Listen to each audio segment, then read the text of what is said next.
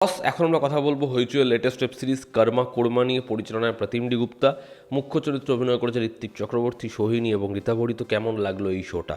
দেখুন, প্রতিম D গুপ্তর maximum কাজই আমার খুব ভালো লাগে। এবার এই কাজটা নিয়ে আমার একটা এক্সাইটমেন্ট ছিল, প্রোমোগুলো খুব ইন্টারেস্টিং লাগছিল। এবার কাজটা হয়েছে কেমন, আমাকে যদি এক লাইনে বলতে আমি বলবো এর যে মোড়কীকরণ, এর যে স্টাইলিংটা, সেটা আমার ভালো লেগেছে, সেটা খুব কুল। বাট এই কাজটা ওভারঅলে আমার জন্য খুব বেশি ওয়ার্ক করেনি। আমার কাছে এটা খুবই একটা বিলো অ্যাভারেজ টু অ্যাভারেজ কাজ, এবং প্রতিম ডি গুপ্তার লাস্ট যতগুলো কাজ আছে সবথেকে উইকেস্ট কাজ এটা আমার মনে হয়। এর গল্পটা আমি একটু করে বলছি।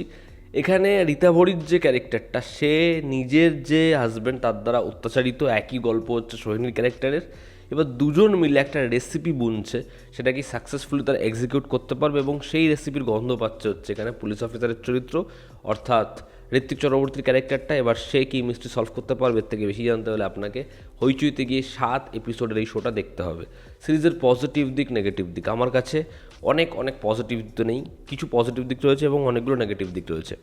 প্রথম পজিটিভ দিক হচ্ছে এখানে পারফর্মাররা ভালো কাজ করেছে। রীতা ভরি হোক, সোহিনী হোক, ঋত্বিক চক্রবর্তী হোক, প্রত্যেকে নিজের জায়গায় খুব ভালো। ইভেন এখানে প্রতীক দত্ত বলি বা দুর্বার শর্মা বলি, তারা প্রত্যেকে নিজের জায়গায় বেশ ভালো। এখানে ঋত্বিক চক্রবর্তীর ক্যারেক্টারটার যেরকম ধরনের অ্যাপ্রোচ, তার যেরকম লুক দেওয়া হয়েছে, সে যেরকমভাবে আলসার নিয়ে ভোগে, আপনাদের ভালো লাগবে ক্যারেক্টারটা। তবে তার এত সংলাপের একটা সমস্যাও আছে, সেটা আমরা পরে আসছি। একইভাবে এখানে রীতা ভরির যে ক্যারেক্টারটা, যেরকম তার বিল্ড আপ, যেরকম তার নেচার, চরিত্রটাকে যদি আরও কিছু দেওয়া হতো, এই ক্যারেক্টারটাকে কোথায় নিয়ে যাওয়া যেতে পারতো, তাকে দেখতে সত্যি ভালো লাগে এবং তার পারফরমেন্সও ভালো। একইভাবে এখানে সোহিনী, তার যেরকম লুক রাখা হয়েছে, যেরকম সে পারফর্ম করেছে, এবং তার মাঝে মাঝে এমন কিছু কথা যেগুলো ওই সিচুয়েশানে খুব বোকা লাগে, বাট তার পারফরমেন্স আপনাদের ভালো লাগবে। সে সত্যি খুব ভালো কাজ করেছে। গোটা সিরিজের যেরকম লুক অ্যান্ড ফিল, যেরকম একটা অ্যাস্থেটিক রাখা হয়েছে, যেরকমের রেডিশ টিন্ট রাখা হয়েছে, যেরকম লাইটিং করা হয়েছে, বা যেরকম ব্যাকগ্রাউন্ড স্কোর, টেকনিক্যালি এই শোটা হইচইয়ের আচ্ছা সিরিজের থেকে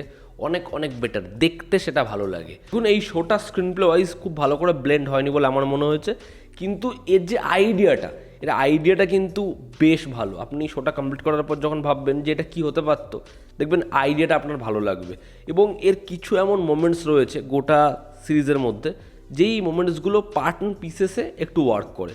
ধরুন, কোনো জায়গায় ইমোশনটা ওয়ার্ক করলো, কোনো জায়গায় ইনভেস্টিগেশনটা ওয়ার্ক করলো, খুব অল্প কিছু মোমেন্ট, ব্যাস এই ছিল এই শোর পজিটিভ দিক। এবার যদি নেগেটিভ দিক বলি, ফার্স্ট অ্যাক্টে এই শোটা ভীষণ তাড়াহুড়ো করে, সেকেন্ড অ্যাক্টে গল্প একদম এগোয় না, থার্ড অ্যাক্টে অনেক কিছু বলার রয়েছে, সেখানে যেন ঝপঝপ করে শেষ করতে হবে। এখানে রীতা ভরি এবং সোহিনী দুটো ক্যারেক্টারের যেরকম যা পাস্ট লাইফ, তারা একে অপরের সাথে পরিচয় সারছে, সেখানে তাদের সমস্যাও দেখানো হচ্ছে, এবং তারা এখানে এসে রিলিফ পাচ্ছে। এই যে বিষয়টা, এটা এস্টাবলিশই হয়নি। সেখানে যেরকমভাবে সোহিনীর ক্যারেক্টারের ব্যাকস্টোরি দেখানো হলো, তার যা যাবতীয় সমস্যা দেখানো হলো, আপনার ফিলই হবে না, মনে হবে যেন আমরা এরকম জিনিসপত্র বারবার দেখি। মানে সেটাকে যেভাবে প্রেজেন্ট করতে হতো, ওর কষ্টটা আমরা যেরকমভাবে ফিল করতে পারতাম, ওটা হয় না। ফলে জিনিসটা এমনভাবেই আসে যেন ঠিক আছে ভাই, এটা খুব সারফেস লেভেলে রয়েছে। এবার সেকেন্ড হাফে গল্পের, যেখানে গল্পটা এগোনো উচিত, ইনভেস্টিগেশন হবে, এ কী করেছিল, কেন করেছিল, কী হতে পারে, এই পুরো ইনভেস্টিগেশনটা চলছে, কিন্তু সেটা আলাদা করে কিছু সার্ভ করছে না, সেটা একই জায়গায় আটকে রয়েছে। তো ফলে ওই জায়গাটা আমার মনে হচ্ছিলো যে এর গল্পটা আলটিমেটলি কোথায় যাবে।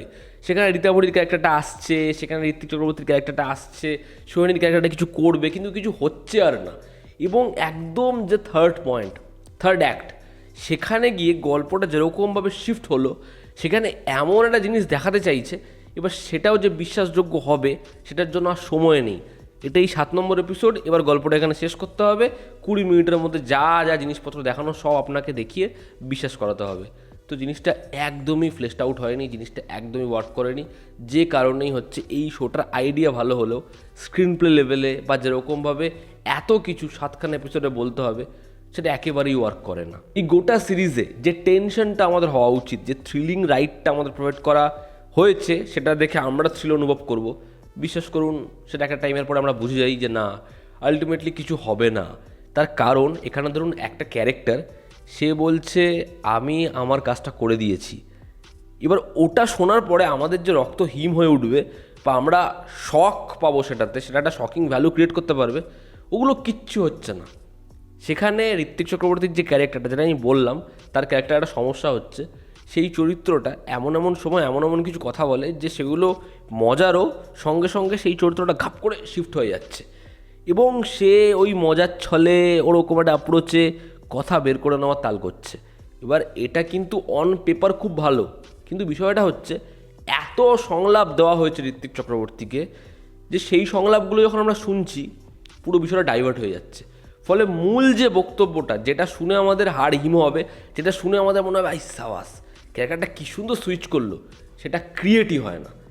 তো এই শোটা অনেক অনেক বেটার হতে পারতো, রাইটিংয়ে অনেক বেটার হতে পারতো, এক্সিকিউশানে, বাট সেটা হয় না আর কি। তো ওভারঅল আমার এই কাজটা খুব একটা ভালো লাগেনি। আমার জন্য এটা খুব একটা বিলো অ্যাভারেজ থেকে অ্যাভারেজ কাজ, বাট এই কাজটা খুব খুব ভালো হতে পারতো। এই ছিল আমার ওপিনিয়ন। আপনারা যারা দেখেছেন আপনাদের কীরকম কী লেগেছে জানাবেন। যেন তো আমাদের পাশে আছে। আবার দেখা হচ্ছে। Take care.